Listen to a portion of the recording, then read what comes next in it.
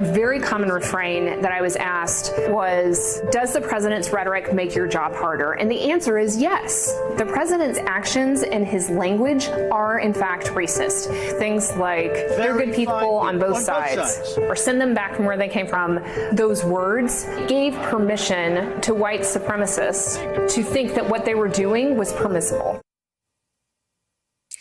That's a new testimonial from the group Republican Voters Against Trump. And the woman you saw there, Elizabeth Newman, she joins us now. She's the former Assistant Secretary for Threat Prevention at the Department of Homeland Security under President Trump. She's also quoted extensively in a recent Politico report on how DHS officials tried to warn the Trump administration about the growing threat of violent domestic extremists, only to be ignored. Absolutely want to hear about that, because we're in a very dangerous place, in my estimate. But first, I've read about and I can understand the arc of your change in who you're going to vote for.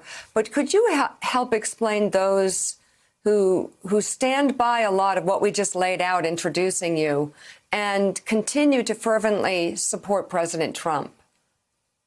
Absolutely. And thank you for having me on. That's actually the real reason I decided to speak out, is I really wrestled for quite a long time trying to decide what to do with my vote. It became clear to me late last year that I could not vote again for this president. I had already reluctantly voted for him in 2016. That was a hard decision. I had assumed that he would, maybe assume's too strong a word, hoped that when he entered into the office that he would rise to the occasion, that he would bear that mantle of leadership, walk into the Oval Office and treat it with the respect that it deserves. And historically, I've always voted considering character, competence, and policy, but policy was always preeminent in that. So things like pro-life were very important to me.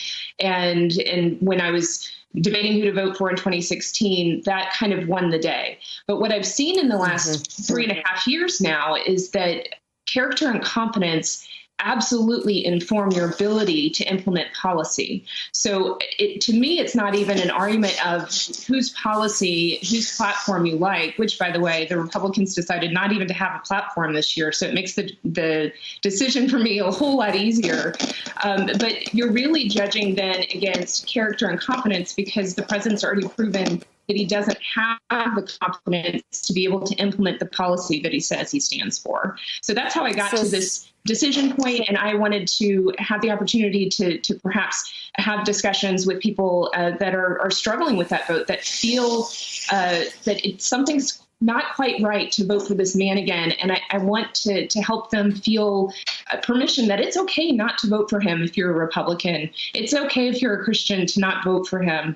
There are many arguments and many things that I hope over the coming weeks we can dialogue about related to looking at the totality of what it means cradle to grave to be pro-life, what it means to offer people dignity as human beings. All of that flows into this man, President Trump, does not have the character for this office, doesn't have the competency for this office, and therefore, quite frankly, the policy matters less to me. Yeah. And I wonder, in your conversations, you mentioned Christians, whether it be the Stormy Daniels situation or even the Jerry Falwell Jr. situation that just broke in the past week. I mean, what do they say to you as to why they would? I'm lost as to where they are getting the feedback that they'd want, that the Christian community would want from a president like this.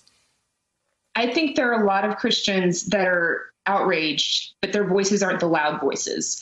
And I think it's time for those voices to speak up. And one of the great things about Republican Voters Against Trump is it's creating a safe way for those voices to be heard and to increasingly encourage others to speak up. But my suspicion is that there are a lot more of us that are discouraged by what we see as a blending and a melding of the church with politics. The church has its own mission, and its mission needs to be about Jesus and about what God's word says. It doesn't need to be about electing Donald Trump.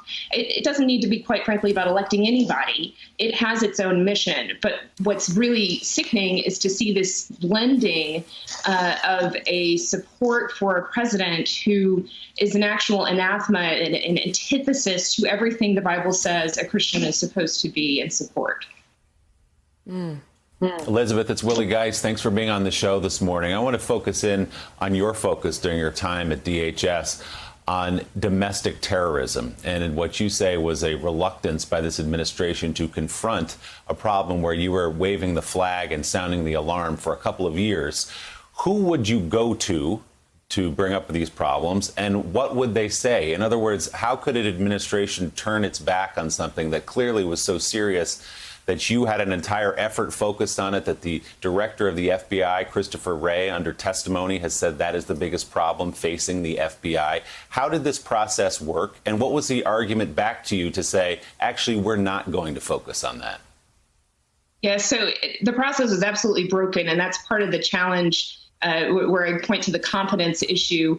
If you have a National Security Council process that's broken, when you have emerging threats, it's much harder for all of the agencies that have a role and responsibility to combat that threat to be coordinated and on the same page. So the good news for the American public is that there are dedicated counterterrorism professionals that coordinated amongst themselves and did the best we could to try to build prevention strategies to go after this threat. The bad news, and the reason I felt like I needed to speak out, is that we should have been doing this earlier and with more urgency.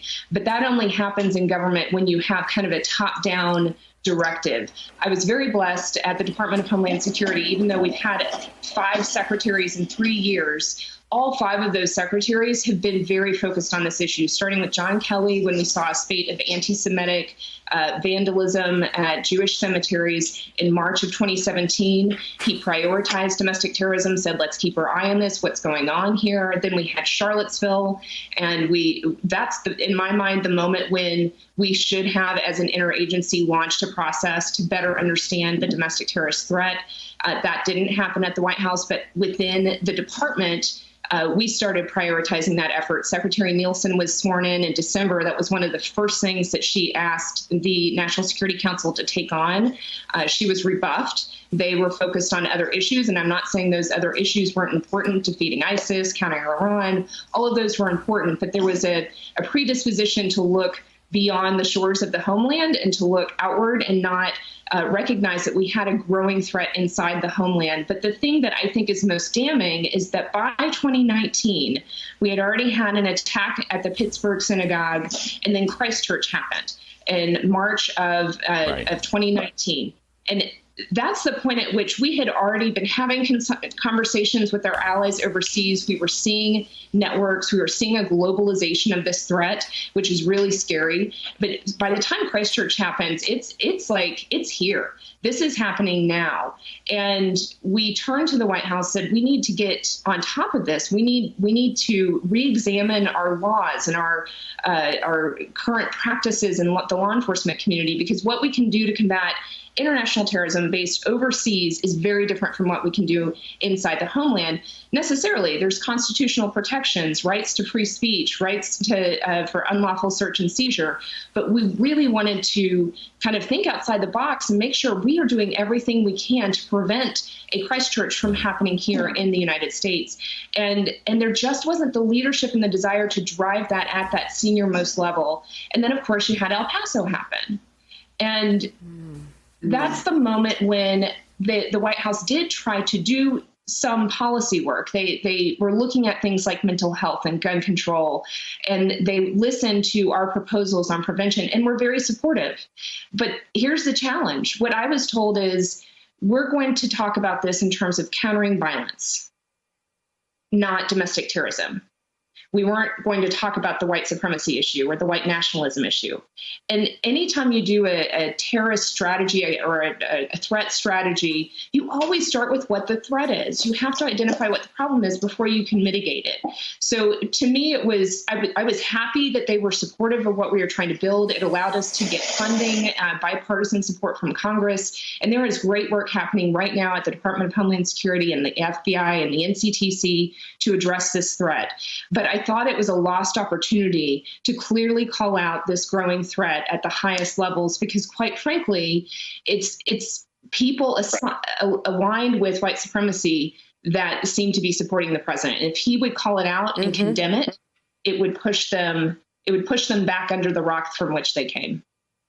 And possibly an opportunity purposefully missed. Elizabeth Neumann, thank you very much. She is former Assistant Secretary for Threat Prevention at the Department of Homeland Security under President Trump. She's now speaking out in support of Joe Biden. Thanks for checking out MSNBC on YouTube, and make sure you subscribe to stay up to date on the day's biggest stories. And you can click on any of the videos around us to watch more from Morning Joe and MSNBC. Thanks so much for watching.